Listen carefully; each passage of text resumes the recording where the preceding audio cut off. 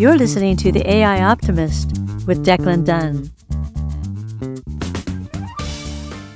One of the most powerful ways that I've found to use ChatGPT lately is to challenge my own thinking.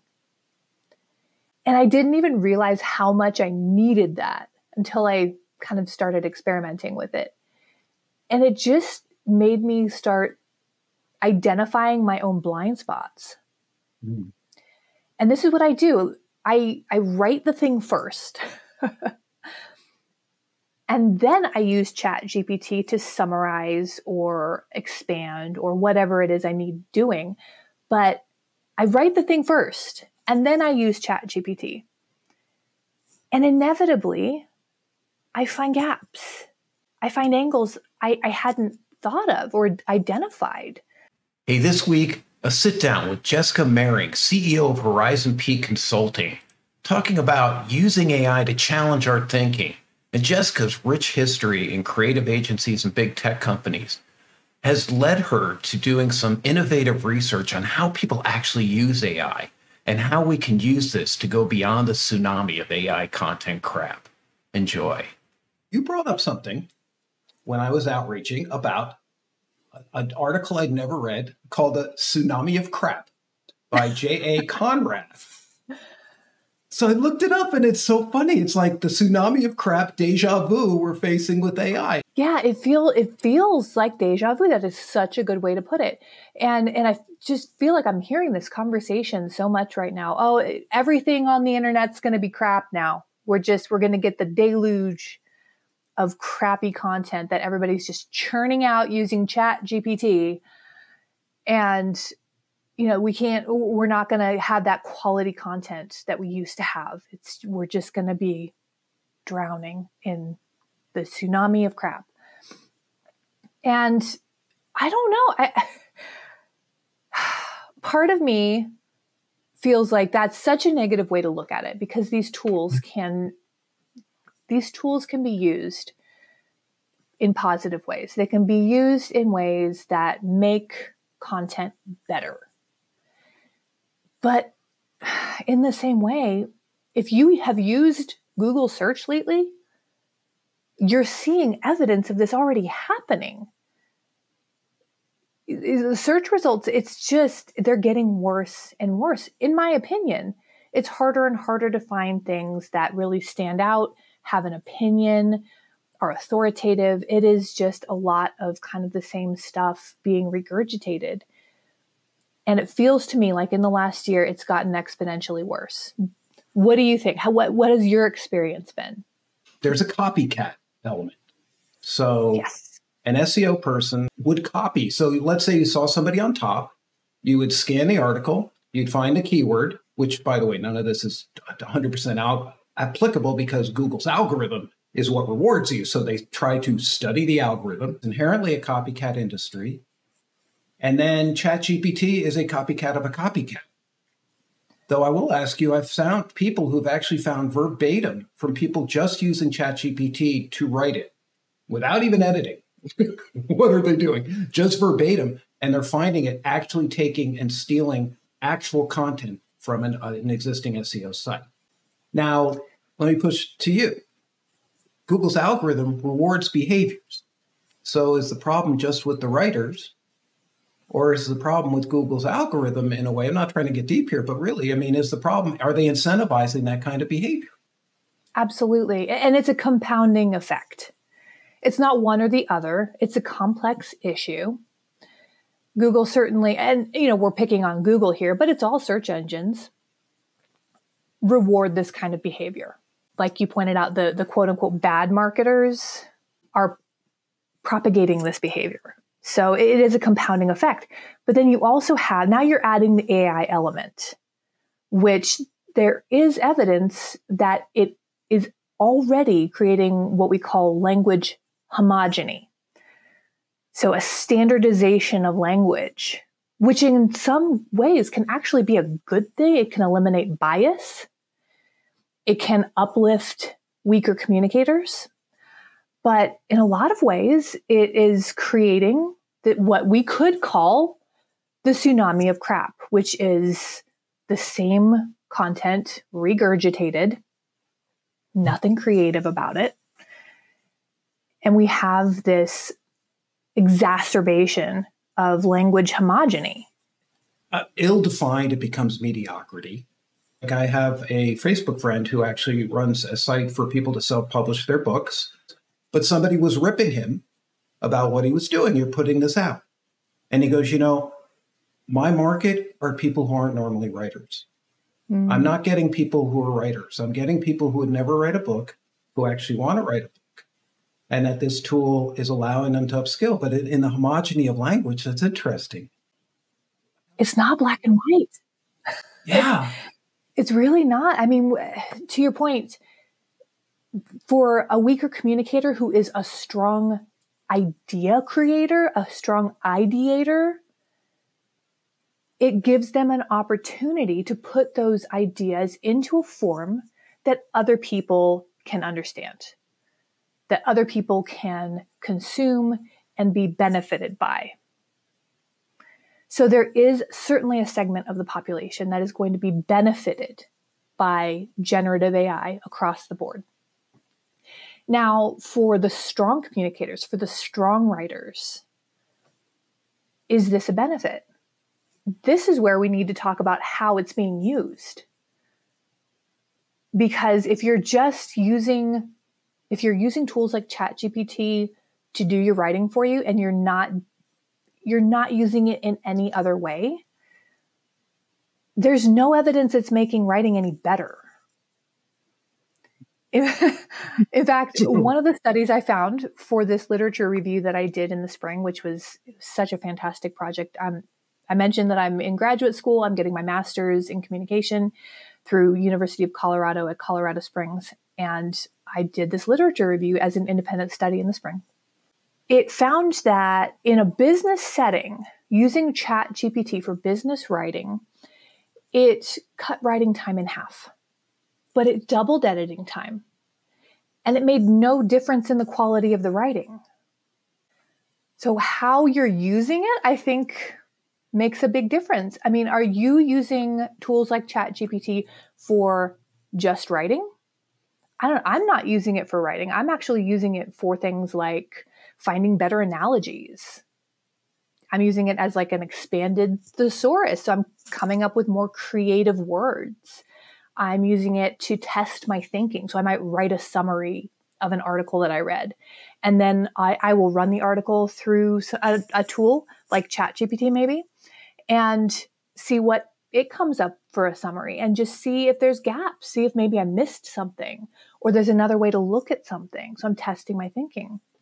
It's helping me sometimes come up with outlines. But I'm not using it for writing. Now, that's not good or bad. I'm just using it in ways that I think people aren't necessarily talking about. They're talking about using it for writing, using it to create content. But there's other ways we could be using it to make our writing better. Like when I started the AI Optimist and I wanted to do deep articles in like regulations. Well, there's 400-page government documents. I'm sorry. And I wish our government would start using it to summarize, because you can actually get a great summary. And this gave me a legitimate way to share the key benefits without having, I could spend the time, but instead of spending 5 or 10 hours pouring through boring government documents, I was able to assess 5 different ones and then bring myself into it to do the evaluation and the opinions, pros and cons. So that's where I put it in. And I will say this, because I'm writing myself, I'm writing longer articles that I do with the blog post. You're actually only my second interview. So using it as a co-pilot, which is the fancy word that Microsoft uses, but I really believe that this is astounding, because I see the other end of the writers say, I'm never going to use it, almost Luddites.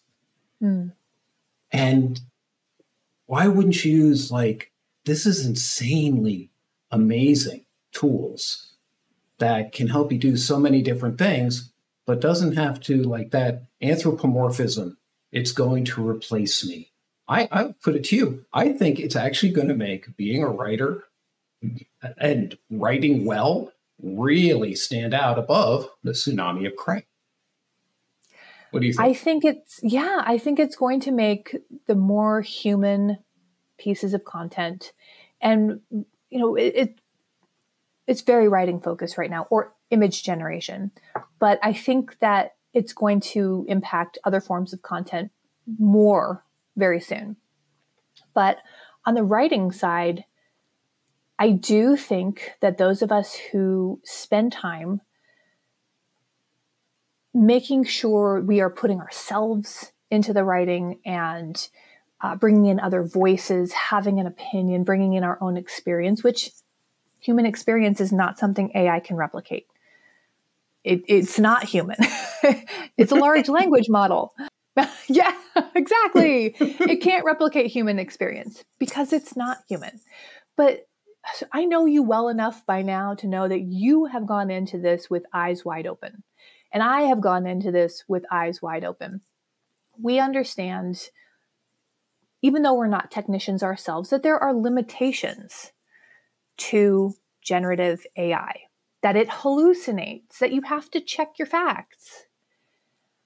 What I was shocked by, especially in the spring when I was really talking about this just to anybody who would listen, as I was writing this literature review, doing all of this research, engaging with professors at the university to just find out kind of how they're engaging with AI and how their students are engaging with AI.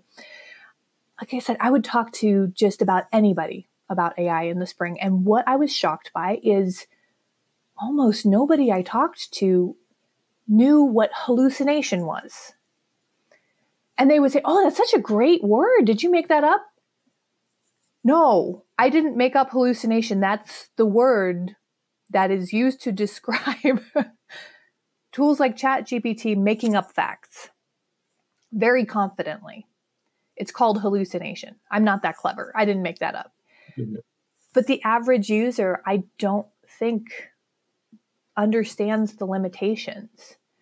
So folks like you and me, we go in eyes wide open. We know there are limitations. We know we need to check our facts. We know that if it's going to summarize a document for us, we better make sure that summary is accurate, especially numbers, especially, concepts, definitions, names. If it's a fact, you need to double check it. But you and I know that. And this is my worry. If I'm going to have a worry about AI, it's that people don't know, the average person doesn't know that there are limitations and what to do to make sure that those limitations aren't going to lead to misinformation or just straight up lies, publishing things that are not true. But and besides hallucinations, what other important facts about the limitations of AI, some like one or two, do you think very few people understand besides the fact that, oh my God. And it's funny because he uses the word hallucination and makes me go to my tech friends going, this is not an ayahuasca thing, okay?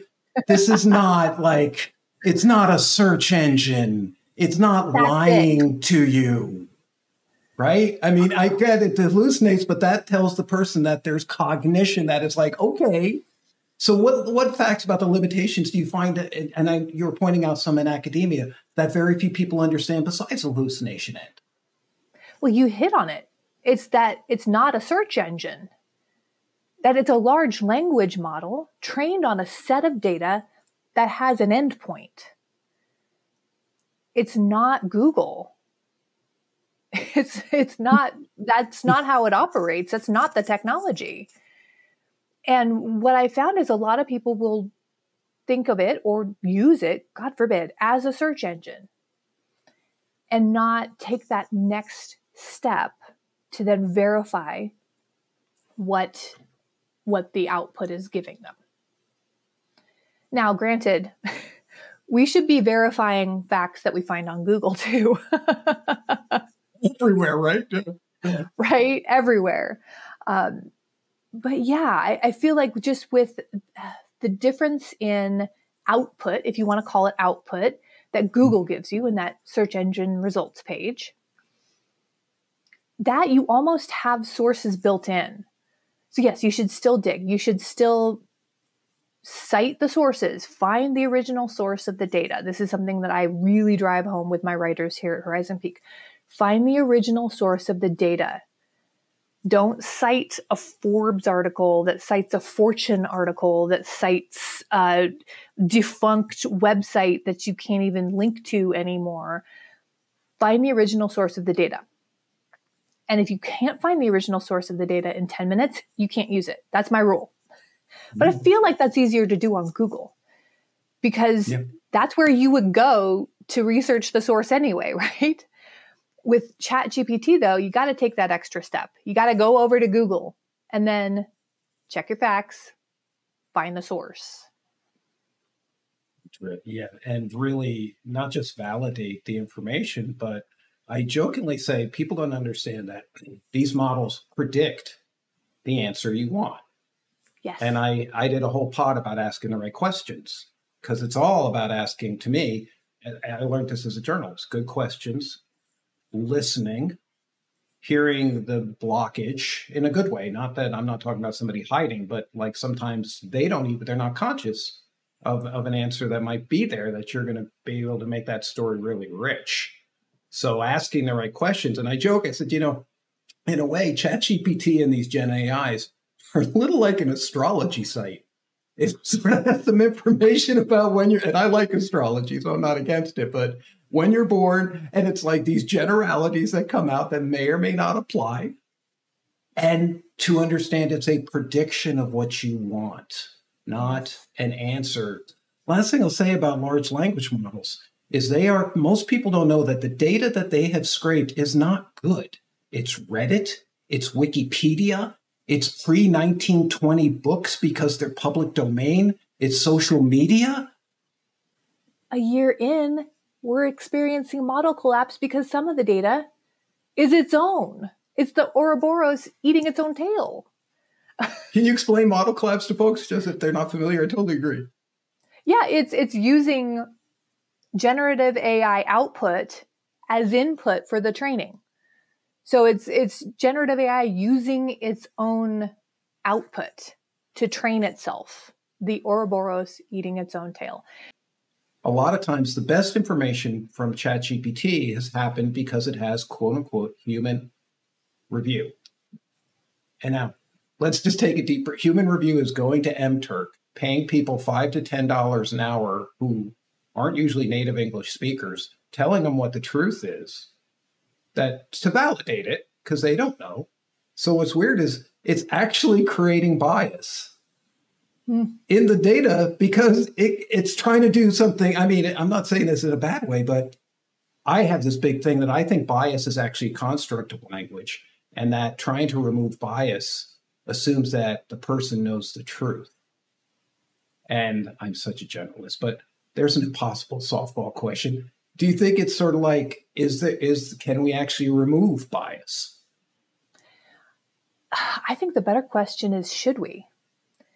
Now, if we're removing bias using generative AI, we're homogenizing language, possibly for the better, because people who maybe come from different backgrounds wouldn't be identified by the vocabulary that they're using. So that can be a good way to remove bias in maybe an interview kind of process.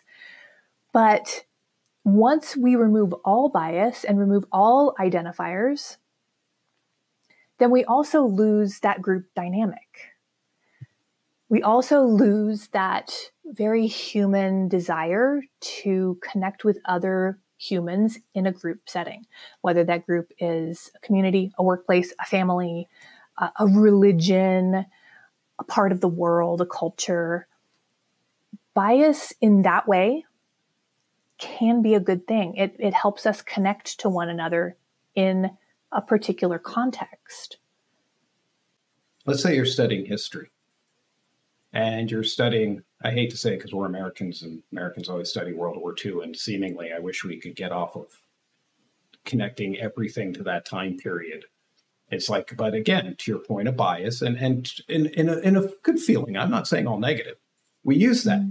But if you had each culture develop its AI, which by the way, now we can translate into different languages. So me as a student in the US, I study the American point of view. Now, that's very different than the British point of view, or the French, or the Germans, or the Russians. It's hugely different. And imagine if the kid could actually go, and this is where I love with bias, knowing that your culture is the bias. Now you can actually go and understand this culture's words, bias, language, point of view. What a powerful way that would be right now to teach somebody a perspective, a modeling of what another country sees the same event as. Yeah. Yeah. Perspective. And that's where, yeah. And that's where I think that's the danger of language homogeny right there, is we lose those different perspectives. And I did find in my literature review, I came across one study, and I didn't go very deep with this topic, and I want to be careful how I talk about this, but it was in relation to language homogeny. And it talked about how language homogeny, while it can be a good thing in giving opportunity to certain groups, there's also a danger in that it can ossify power structures, ossify social power structures. So the very real reality here is that if we are looking at the homogeny of language, the quote unquote social power is going to be the default. We lose all of that diversity. We lose all of that, all of those unique points of view, all of that unique vocabulary, unique perspectives. And it ossifies the social power structure. And I think that is a danger. I think that removing all bias, if we're removing all bias by removing all unique language, then the danger is making those in power, how they communicate, the default, and we lose all of that diversity. So true. And like, I'm hoping that actually AI would help prompt an opposing viewpoint, so that if you're looking at it, it would challenge your echo chamber, for a negative phrasing of it. But that, like in the scientific model, Alzheimer's has been pretty much treated the same way for about 20 years. I'm not trying to act like an expert on it, but it's frustrating, right? Then there's these other fringe sort of, I call them fringe because they're not yet established or validated scientifically, but they're trying. But they get ignored because, and there's that, and it's a weird dynamic, money. I mean, there's layers, right? And you're in academia. I mean, it's not putting it on academia. It's hard. We all have, things that they want to say or angles that they, and I don't even think that's bad, but could it actually prompt us to see something that not necessarily, I won't say we agree with, but as the negotiator, Chris Voss, who has a really interesting approach, and he's a very different guy than me, but I really enjoy listening to him because he came into a meeting, this is sort of timely, of Israelis and Palestinians in the discussion board before current events. And they were always arguing and screaming at each other. And so there was never a discussion. So what he did, and he does this as a negotiator, I thought it was brilliant. The first thing he does is he makes the Israeli or the Palestinian has to state the point of view of the other. Like if I'm a Palestinian, I have to state what the Israeli's point of view is before I start speaking, and vice versa. If I'm an Israeli, I have to state what I think the other point of view is. And then people stop screaming. They didn't change their minds, but the first step was look at what you don't agree with. It's like, well, you could do that with an agent that would prompt you to challenge not be thinking. I love it. And get critical, I hate even critical thinking because it's just being, once you look at somebody else's shoes for even a second, it's a little humbling, I mean, it's hard. I don't know, and I've got such a topic. I don't want to even pretend right and wrong here, but just the beginning is an understanding. Yeah. And like I said, and like you said, we need to be careful how we're talking about this because we we are biased. We are biased. That's human nature. We are biased. And there's a couple places I want to go with this. Please. But I think one of the most powerful ways that I've found to use ChatGPT lately is to challenge my own thinking. And I didn't even realize how much I needed that until I kind of started experimenting with it. And it just made me start identifying my own blind spots. Mm. And this is what I do. I write the thing first. And then I use ChatGPT to summarize or expand or whatever it is I need doing. But I write the thing first, and then I use ChatGPT. And inevitably, I find gaps. I find angles I hadn't thought of or identified, or vocabulary, language that I might not have used, but that adds such color to the writing. And I love it that it can be used that way. Let's talk more about using it that way and talk less about using it to replace writers. Let's start using AI to challenge our thinking. The AI Optimist. My name's Declan, and I'm done. See you next time.